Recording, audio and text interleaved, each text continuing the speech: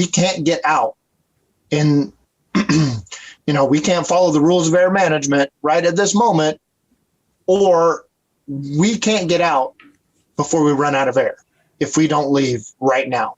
Number one, you have a company officer that's so situationally aware that he knows of his air supply consumption of his crew or suspects it. Mm-hmm. Two, you got a company officer that is making life and death decisions related to not only Sandy the sandbag, but also his crew, And three, standing up and doing what is right. He communicated. He has the rapid intervention line in place. The Sandy, the dummy, has a stable air supply. All of those things. He's done everything. It's just like, we have got to go right now. And I've seen company officers, having to fight their crew to get them out. Very similar to what I think it would be like at a real event. We can all get out and another crew can take over and we all live, or we can all die. Do you ever have like crews cross that threshold to where you as an instructor say, okay, now you're part of the problem. You're a down firefighter with this person you were trying to save? Yeah. So on the final scenario, on the rapid intervention final exam is what we call it. On average, the final exam lasts about 3 hours. So we either have 4 or 5 rapid intervention crews working. We have a major collapse in a structure. We have a firefighter that is trapped and with a civilian.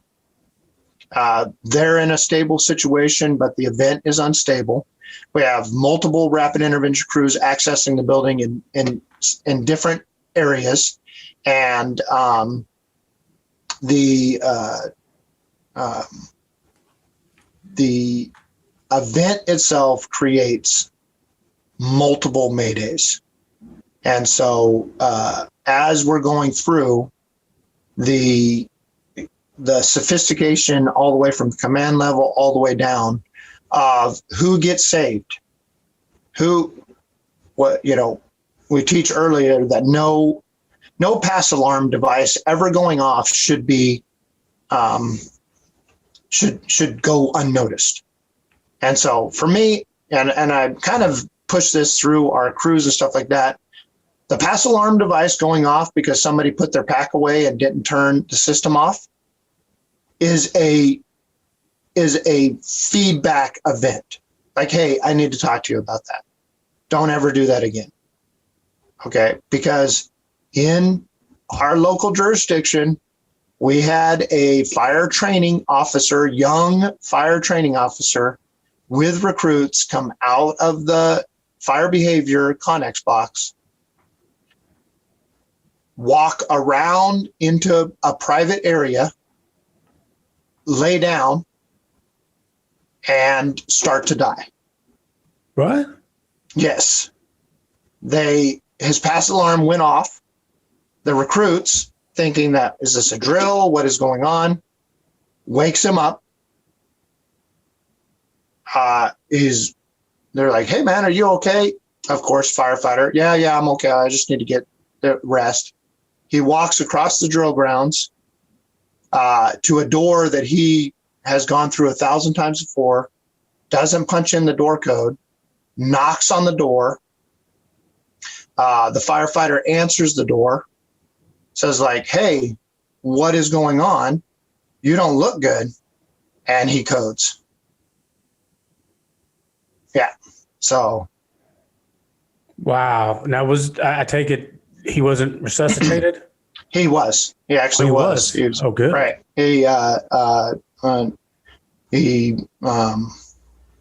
So.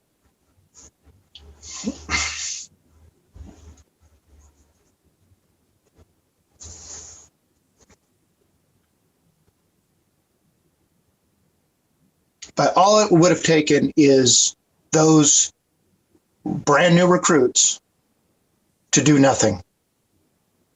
And he's dead. Walk away from the pass device, whatever. So we're very control the pass. No pass goes without being checked on.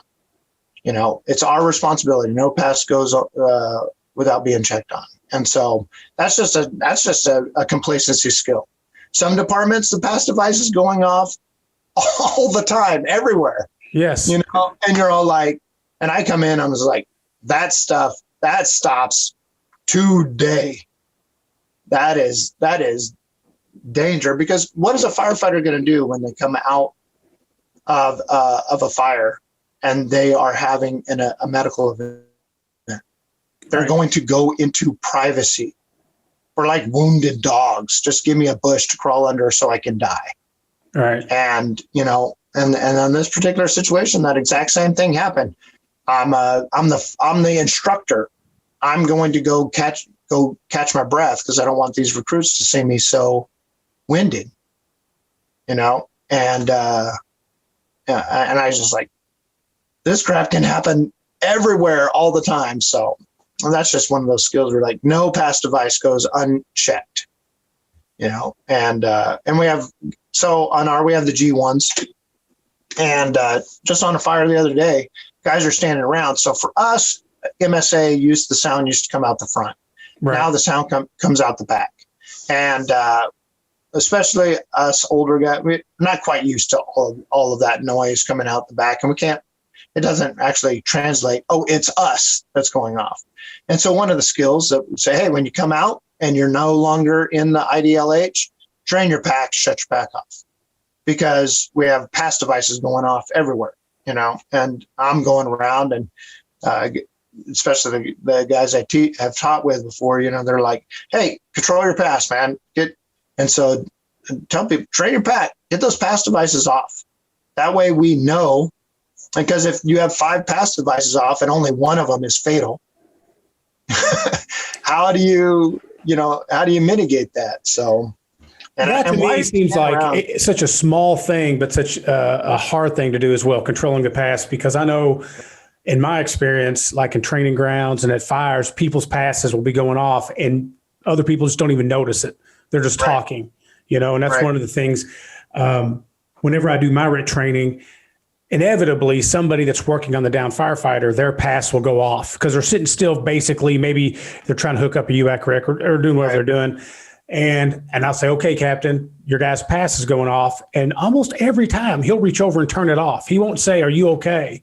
He'll just reach over because his buddy's doing something, his crew member's doing something, and he'll turn it off. So for me, I found that that's a very large hurdle, such a small, simple thing that has such big implications.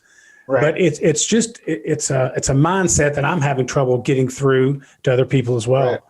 Right. And it's a simple training thing. So when we do our SCBA training, I said, hey, just my personal experience, when you're standing around, hold on to your pass device. Okay, so like you come out, you're going back in, you're not going to drain your pack, and I'm just talking to command or whatever. I just have my pass device in my hand. Mm-hmm. Okay, and so I just constantly, just every 10 seconds, give it a shake so that I'm conscious about it, but it ends up being subconscious. Right. And so I step out. If I'm standing in the circle of heroes, I just grab my pass device and shake it. Circle of heroes. Oh yeah. So if you don't know this thing, like birds flock together, firefighters circle together, and it's the circle of heroes. And so on any training that I come up with, I'm just always like, hey, you have to allow for the circle of heroes, because if you don't allow for the circle of heroes, then they get really pissy. So you're like, hey, circle of heroes, come on over, and then and we all do it. It's fine. But it's when you're standing around the circle of heroes, then it's a tendency to, just like you said, people can be standing around with their pass device going, like, cease and desist, control your pass. And I think by 3 days, having 6 instructors, and then eventually everyone talking about control your pass, control your pass, control your pass, control the pass, for the victim, control the pass, control the pass. And you hear it over and over and over and over again. Eventually they get it. It's like, yeah, no pass device will ever go in my presence that doesn't get checked. And if it's carelessness, check the person. if it's, and why is that pass device going off in the rig? Jog over there and, oh my God, hopefully you don't find some guy laying down in the rig with his pass device going off. Just again, that regret. I wish I would have checked the pass. I heard it, but I didn't check it. And I can't remember. There was a line of duty death out there where one of the statements was, I heard the pass device go off and I didn't check it. And that guy died. And can you imagine that person? Just brutal. Oh, yeah. And so,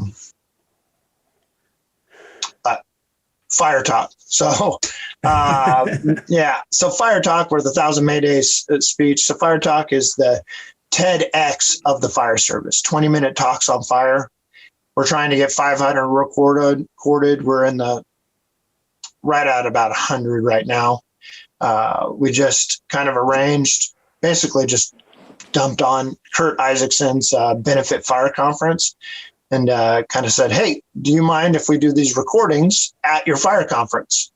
And he's like, no, go ahead. And I'll do one. And so Kurt Isaacson and the Pensacola Beach Fire Talk, December 8th and 9th, is going off. So Kurt Isaacson had to delay his HROC conference.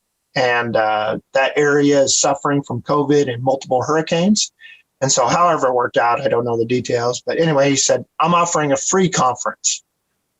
You just have to book a room and stay here. And so we're heading down. I'm like, I'm going to a free conference. I'm taking my son. We're going down to a free conference. And I'm like, but I'm going to take my production team and let's record some fire talks while we're at it. So we're going to do a little bit of, instead of the big stage, we're going to do more of a very small, maybe even in the lobby. You get yourself, you get an easel pad of paper. I got my easel pad back here. And you get a camera crew and audio and all that, but ready, go. And it might be in the lobby. It might be in the corner of the room. It might be in my hotel room with wherever it is. It doesn't take much space, but trying to capture. To go on any subject you want to talk about? Yeah, as long as it's related to the fire service. And what we tell people is that the fire service, there's a lot of you should talk out there. If you want to talk to something that's going to help the fire service, talk about how to something, and there's a big difference. Mm-hmm. You should be a great leader, but it's way better to say, here are 3 things that you should do as a company officer to be a great leader, and here's 1, here's 2, here's 3 anecdotal stories and everything else to back up to make it a good speech. But I think the fire service is renaissanced enough where we know we should be better firefighters.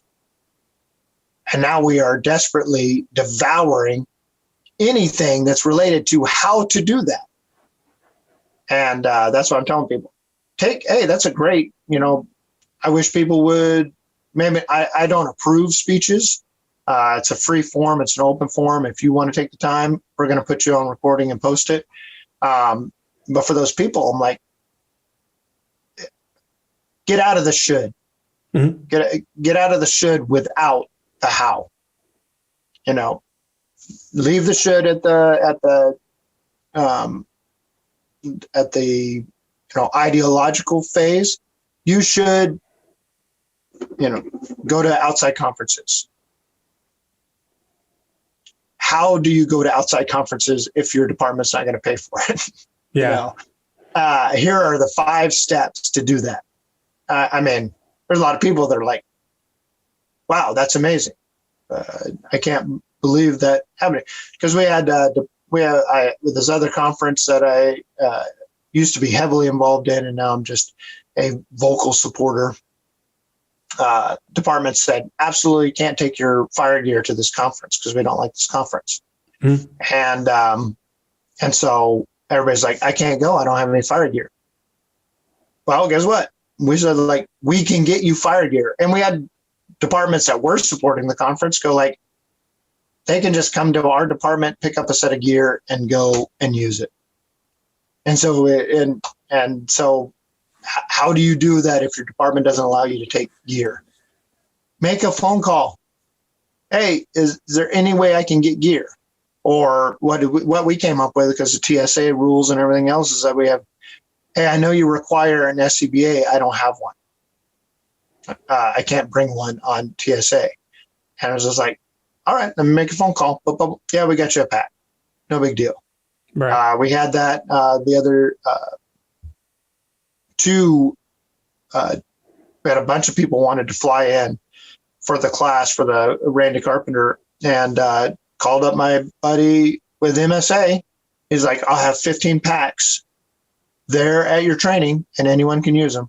Oh, wow. That's nice. Yeah. And so he dropped off 15 packs, dropped off some ticks and some other stuff. And I mean, they're repping. I understand that, but it's still a viable option. Mm-hmm. And, so how, that's why I always like, you should train on your SCBA. Okay. How? We all know that the should's out there. Now how? Right. But people are like, you should have a great fire service culture in your department. How do you do that? And so that's why I tell people, like, even if they can't do it or they disagree with your how, at least get it out there, because you never know what's going to cause that to change. But anyway, FirexTalks started as a pipe dream of mine. Went to TEDx, started the process there to have an official TEDx event. And because it was isolated to just the fire service, that didn't work out.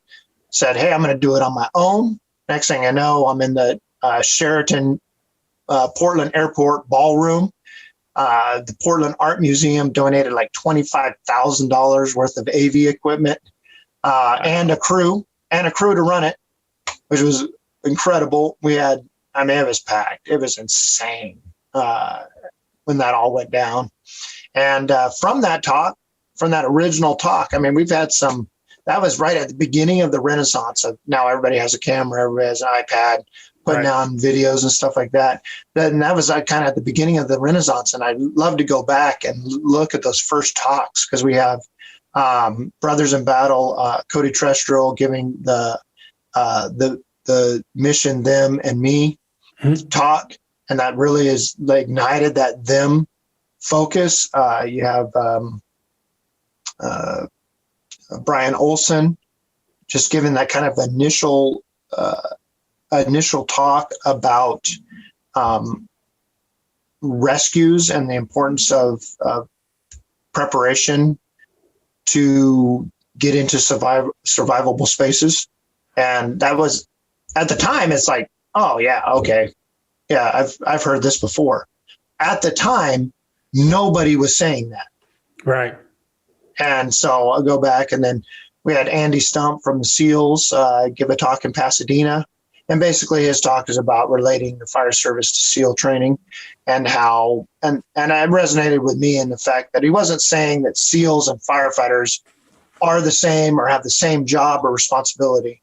What he's saying is that the lessons he learned in SEALs training kind of goes across the board to police, fire, medical, any of those high-end, high consequence events, that the training should be similar and the leadership should be focused more on training. And so it's a good talk also. But and so now we go through and we're just we try to harvest 20 talks at a whack, and we're going to go to Pensacola and try to do the same.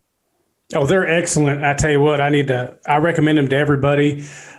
You got some big names talking, but more importantly, you got some great points being discussed. And it's such a nice forum. It's like there's so many different conferences. There's so many different fire schools. There's so many different this, that, or the other. But FirexTalks seems to be a constant where everybody can filter in and through that medium get their message out. You don't have to go to, say, a Kurt Isaacson conference. You don't have to go to the worst conference. You don't have to go anywhere. It's all right there, kind of localized, which I like.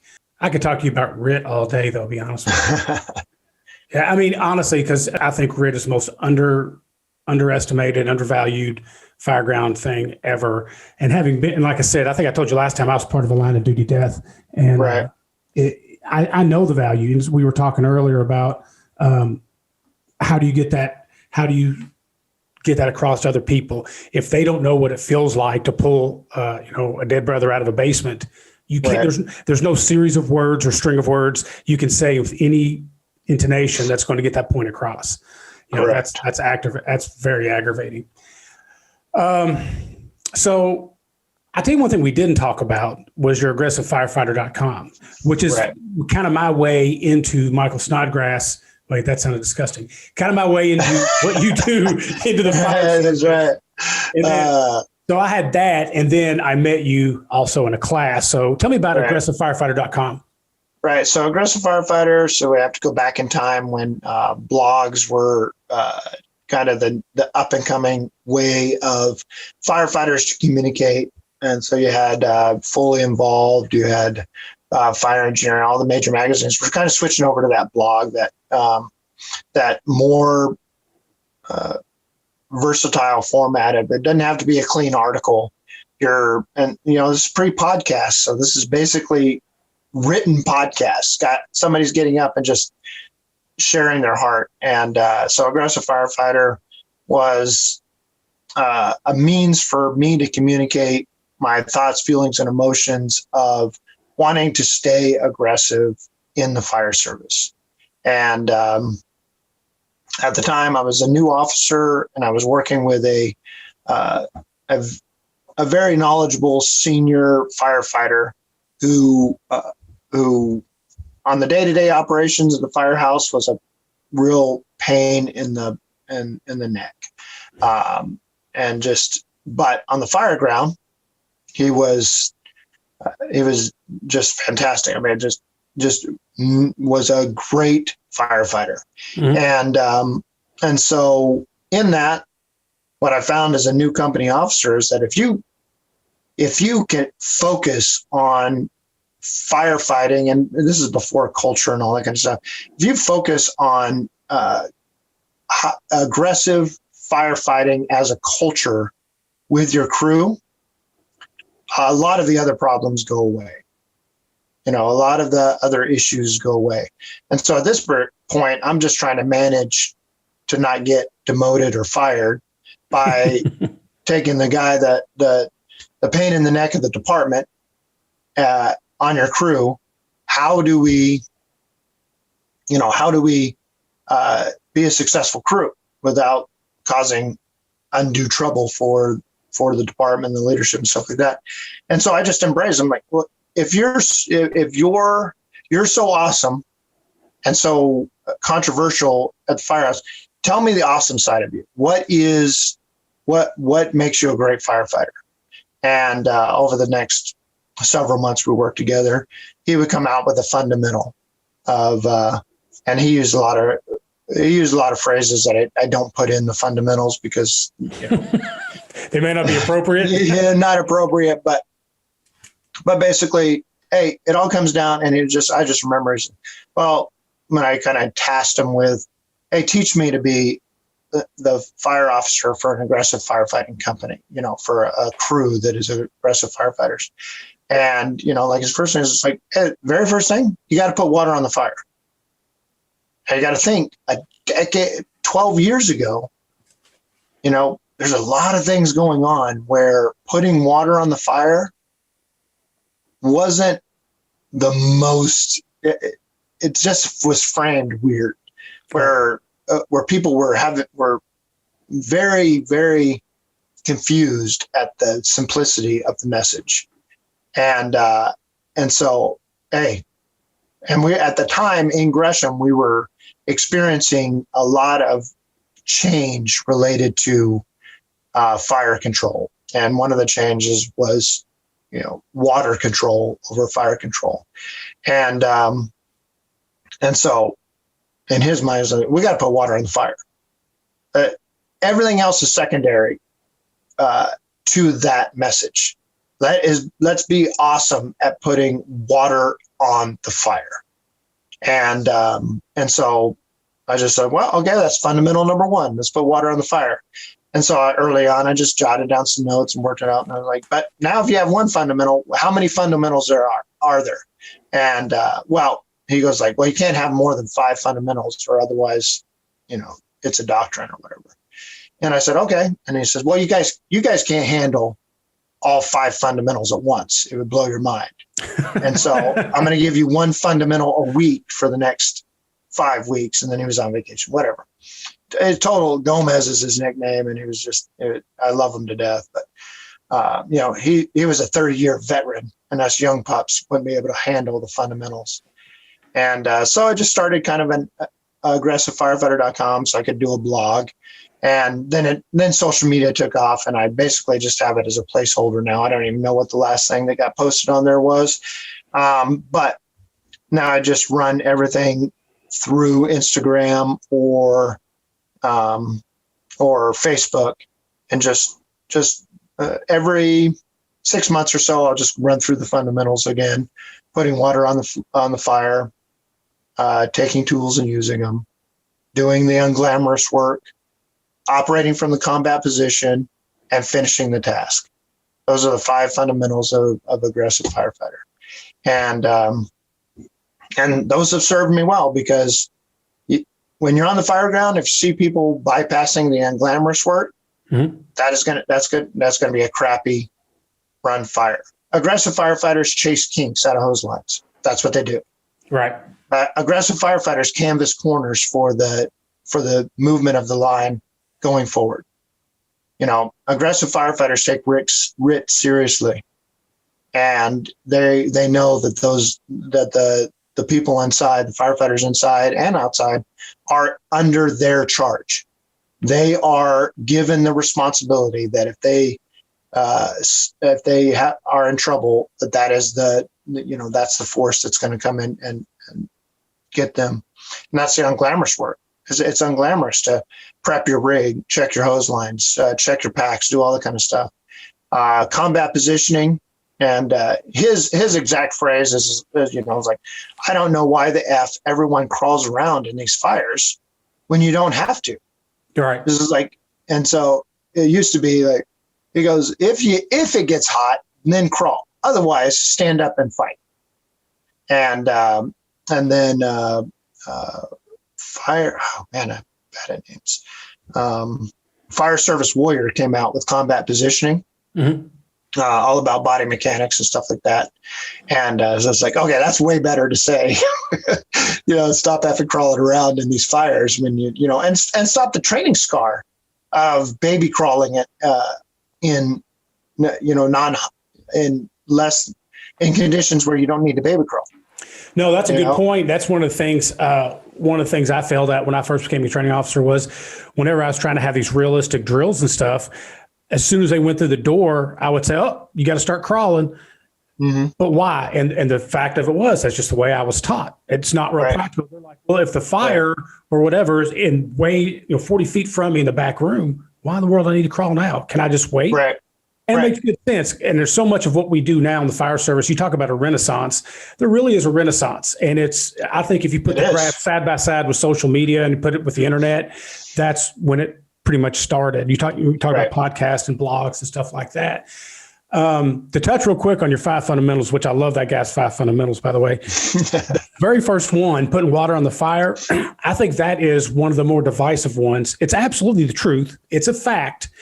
But when you're on a fire ground, if you were to ask a truckie, so what are you doing to get that fire out right now? What are you doing to get water on the fire? Well, I'm just fitting windows, or I'm just forcing doors or whatever. Right. I think if there was a unified attack on said fire, with their job, for example, if they're doing search and rescue, they can help locate the seat of the fire, which will help expedite getting that water on the fire. But I've noticed there's that division on the fire ground.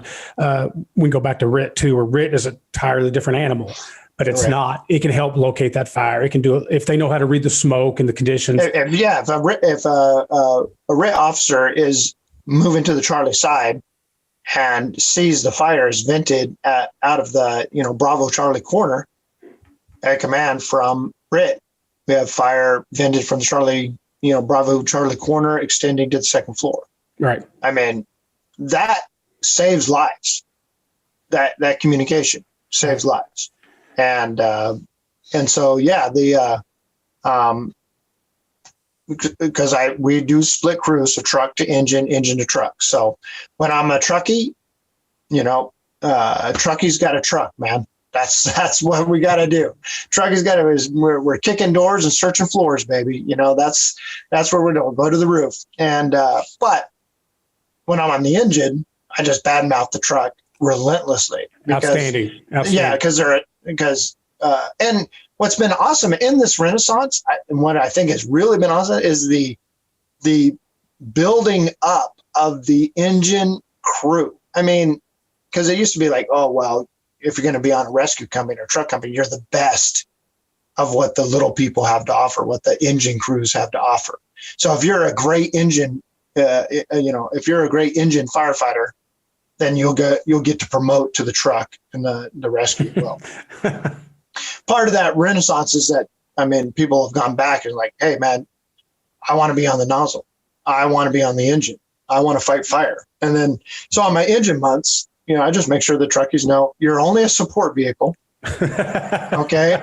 You're the gentleman of the fire service. You open doors for me so that I can go to work. Okay. You clean the windows, you open up the skylight, but really, if you weren't here, we would still put water on the fire, so, hey, support heroes, go. You guys are making the way for the heroes to put water on the fire. And of course, on the other side, when I'm on the truck, I make fun of the engine companies like, oh, I don't know, the door's locked. I don't know what I'm going to do. I guess I'll just stand here with my hose in my hand, And so it's a great dual sport, So you're like an equal opportunity jackass, pretty much. Yeah. Or, like I was listening to Chicago, Get Salty. So if you want a great podcast, Get Salty's last podcast was excellent, but the guy uses the term jagoff. He was like, yeah, this jagoff, and I'm like, I can be an a-hole, across the board, but it's what it does is it helps, the humility of going, of knowing your job is knowing the limitations of and the coordination that has to go into getting something done. We had a fire the other day where first floor fire or less than top floor fire. I'm on the truck. The first arriving unit sees that it's extending from the first floor past the second floor, taking out the second floor window, and it's impinging on the bird blocks. So not necessarily a bad call to send us to the roof. But after we were talking about it, with our limited staffing, it would have been better to send us to the top floor for primary search and checking for extensions, because he gets 2 trucks for the price of 1 if he does that.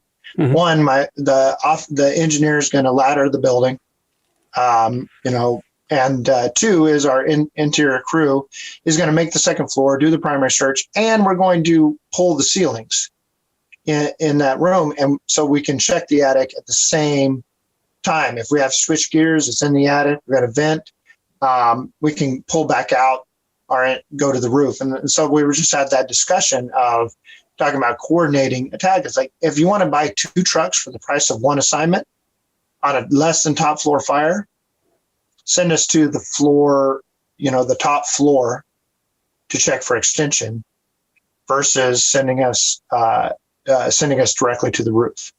Because once we get to the roof, based on what we think you're seeing, and then you take us out of play as far as being able to make that decision of what's going to happen. So we had a great discussion of that. Also, a great discussion on that fire was a two line fire versus a first line and a backup line. So I would like to, I think one of the things that's coming out is multiple line fires versus an attack line and a backup. And so in the last couple of weeks, we had a garage fire extended into the house. Plus, we had this apartment fire, and both times we had 2 lines. We had a exterior line. Now, we're not talking about timing. Both lines were the attack line. Talking about efficiency. Because some people are like, oh, so did your first line spray water from the outside and your second line? And it's like, don't think of that. We had 2-line fire. We had an interior attack line and we had a secondary attack line. So we had an attack line that was taking care of the immediate fire problem, whether it was the garage or the fire extending to the second floor. And we had a line at the same time, or very close in time, going interior to separate the fire from potential victims, and an extinguishment line on the inside. And both those times it was just like, wow, this went so well. Let's feedback this. Let's get this into after action. Let's do a PIA on this, and really show that because, not all the times, but maybe times in the past, maybe my department, maybe some other departments, they've had a backup line to a fire, or to a line that was attacking a garage fire from the outside. Mm-hmm. And this was like, backing up what? What are you backing up? They're standing in the driveway. If something goes bad, step backwards into the street, whatever, and I'm all like, that's the 2-line fire is something that is just goes right into that. Let's put water on the fire. Let's put water on the fire. Stop worrying about transition attacks. Stop worrying about all of that drama related to where does the first line. It's just like, get really good at stretching lines. Mm-hmm. And don't be afraid to go big early either. Don't be afraid to go big early. But remember, is like Stan and Marge, the retired couple next door, they can put a 5/8 inch green line from the outside. There's only one group of people in the entire United States and the world that is equipped to go interior to a building on fire. Mm-hmm. So sometimes let's not put Stan and Marge with the 5/8 inch green line, the garden hose, out of work. Let them spray the fire from the outside, because maybe we need to be inside from that particular fire, because we're the only one. No one else can do it. Right. No one else can do it. And that's what I always ask people. I'm like, well, on Aggressive Firefighter, do you just always want to kick the door in and go in the front door? And I'm like, not untrue. That is what I want to do. However, that is not always the most aggressive thing to do on the fire ground. That's not always the most aggressive thing to do on the fire ground, is to kick the front door in. But oftentimes, that is the most effective thing to do on the fire ground, on a residential and a multi, is to get to that primary access point where we can reach the most places the easiest in any residential structure. Right. And I said, so, get your mind out of that aggressive gutter. It might be the right thing to do, even if it's aggressive, So I talk about some departments have to change the name. We're high tempo, solid temperament, competent firefighters. Same thing as aggressive. Right. It's a word. Let's pick up the tempo. Let's be hyper competent in our job, and let's have a solid temperament. Right. I said, you know what? Aggressive does have that negative connotation sometimes, depending especially on the department. Yeah. You know what aggressive firefighters sound like when they're they got a fire ripping over their head? They sound just like they're ordering a cake. It's just like command from Engine 7-1. We have fire inside the structure. We'll be backing out to the living room. Let's get a second hose line in here. And it's just like that. They're breathing heavy, right. But that solid temperament, that high tempo, that hyper competence, that's what you want on the fire ground. Right. And, and then the other, and if you listen to my Aggressive Firefighter fire talk, it's just like, all right, if you don't want me to be aggressive, then take fighter out of my name. Okay. If you want, step one, change us to fire employees instead of firefighters, which That's a joke. All you departments that already have done that, shame on you. All because of you. Yeah, this is like, no, but we're firefighters. And like I said in my fire talk, I said, fighter implies aggression. And so I'm a passive fighter, I'm a passive fighter. So like, no, and then you can be intelligent, you can be smart, you can be doing all this. Like, that just understand that aggressive it means moving forward rapidly, high competence, high confidence, and getting the job done. Yeah. And also too, there's so much more to that word than just hurrying up and getting to the seat of the fire. Right. I interpret it as, and reading some of your stuff on there, as an intelligent firefighter. Yeah. Right. You know when it's okay to haul balls through that door, and you know how to read the fire, the smoke, and the structure to be that aggressive firefighter. Some people may interpret it as just somebody that's going to hurry up and get into the middle of the building. And that's just not the case. You got to be an intelligent, competent, to your point, firefighter. And I think that's what aggressive firefighter really means to me. It's the last step of aggressive firefighter is to hurry up and get in the building. All the work is done before that. All the training, all the experience. Right. And, and the thing is that on the fire ground, in my years of being on the fire ground, passivity has caused more passivity and complacency has caused more problems than aggression ever has. Right. And I'm all like, yeah, that. And then people will say, well, those guys are just so aggressive on the fire ground. I'm like, no, they're not. They are breaking chain of command and being a-holes on the fire ground. Right. That's not aggressive. They're not being aggressive. They're being absolutely out of control. And that's a completely different thing. Because sometimes you get lumped in with, well, you just want guys to, go, hell bent with their hair on fire. And I'm sitting there going, the fire is not going to slow down. We're fighting a clock. I'm sitting there going, all right, it's the time temperature curve. Time is scientifically part of the equation. You cannot say, okay, well, we don't want you to move. We don't want you to move so fast on the fire ground. No, that's trained so well we can move fast on the fire ground. Right. It's just, and some people, well, that's just semantics. No, it's not semantics. Being able to pull your hose line, whatever hose line you're pulling, effectively and efficiently is paramount. I mean, you have to be able to drive forward in an incident, and then just understand what the complexities that are about to befall you are. So one of the things I was developing a kind of a strategy class, and one of the things that I came up with is this. Fires are problem pumps. They're pumping out problems as fast as it can, as this incident can.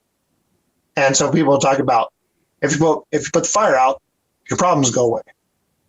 And so, but I wanted to make that a little more sophisticated. Right. So when unrestrained fire is in a structure, and we arrive on scene, this pump is working at full throttle. It's pushing out problems as fast as it can, and you have to get ahead of that and shut down the pump in some way to get control of it. And that's what your strategy and your tactics are trying to do. We have, so, and what made me think about it, I think I was watching some video of, a hose that's, squirting water all over, and they're trying to tackle this hose, and eventually somebody just walks over and turns the pump off. And everybody's like, oh yeah, duh. We shut the pump down and the problem goes away. and sometimes I think that's under sophisticated, and I don't think the people that were making the quote, if you put the fire out, you don't have to jump out the window. If you put water on the fire, the problem goes away, and all that other kind of stuff. I don't think they were trying to dumb it down. But in the same vein, I think at the time, people are struggling with their departments that struggle at putting water on the fire. Mm-hmm. And all you have to do is spend any time on YouTube to watch a department that struggles for whatever reason. It doesn't matter what the reason is. Once they arrive, they struggle at putting water on the fire. And that is that's a perfect result of the system that they've allowed to be in place. And so Aggressive Firefighter, Fire Talk, all Renaissance in the fire service, are we working at being better at our profession? And then in the same vein of that, a lot of times the safety flag gets waved, in all of that that's going on related to that. And I understand. I want to come home too. I want to be with my grandbabies. I want to be with my kids. I want to be with my wife. I want to, drink coffee out on the veranda and all of that. But at the same point, yeah, you got patio. yeah. Fancy name for patio. Had porch. But veranda, doesn't that sound? Wouldn't you rather have coffee on the veranda? It sounds fancy, but I think if you're going to be on a veranda, you might want to have something stiffer than a coffee. Yeah, well, sometimes mint julep. yeah, mint julep. Like sometimes people do bad things when they drink, so I'll stick with coffee. So, well, I tell you what, we've barely covered all the things that you've done for the fire service. Yeah. One of the reasons I'm a fan of yours is because you're not pigeonholed into one thing. You do several things. We talked about your Fire Talks, which I cannot recommend enough. Talked about aggressivefirefighter.com. Haven't even scratched the surface on the worst conference or one of your projects you got going on right now. We kind of did a little bit with the suicide. Mm-hmm. And then also you do culture. Unfortunately, I've got a hard out because I'm going to physical therapy for the shoulder. Right. But I would love to talk to you again. I won't pack it within another week. I'll get to this. Right. So I will probably send you an email and see what day works for you, but I would love to pick your brain some more.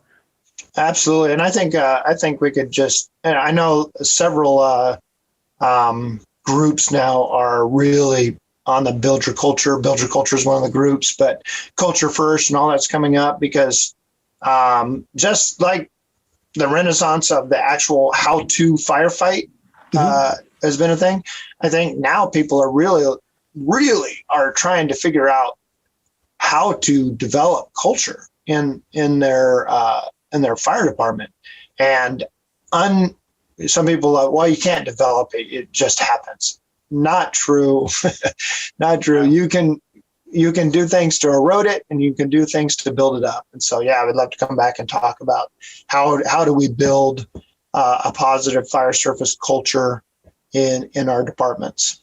Well, I'll tell you what, I'll send an email. You just pick the day. I'm home for the next 2 months with this sumbitch like it is. So I got nothing but time, but thanks again for doing this second time, Michael. No problem. It means a lot to me. I loved our message on the first one. I love you even more now. And I appreciate it, brother. I appreciate you doing that. And I appreciate being on the podcast. And it always just helps me sharpen the message, especially to do the message twice. So it allows me to sharpen the message. So it's the most comfortable I've been doing a podcast because we've already done this podcast. That's right. We're like, hey, let's run through it. I was like, I don't know, was the first one better? It doesn't matter. It didn't record. So our matinee is awesome. Yeah, that's right. All right. Well, hey, take it easy, Jake. Hey, Michael, good talking to you, brother.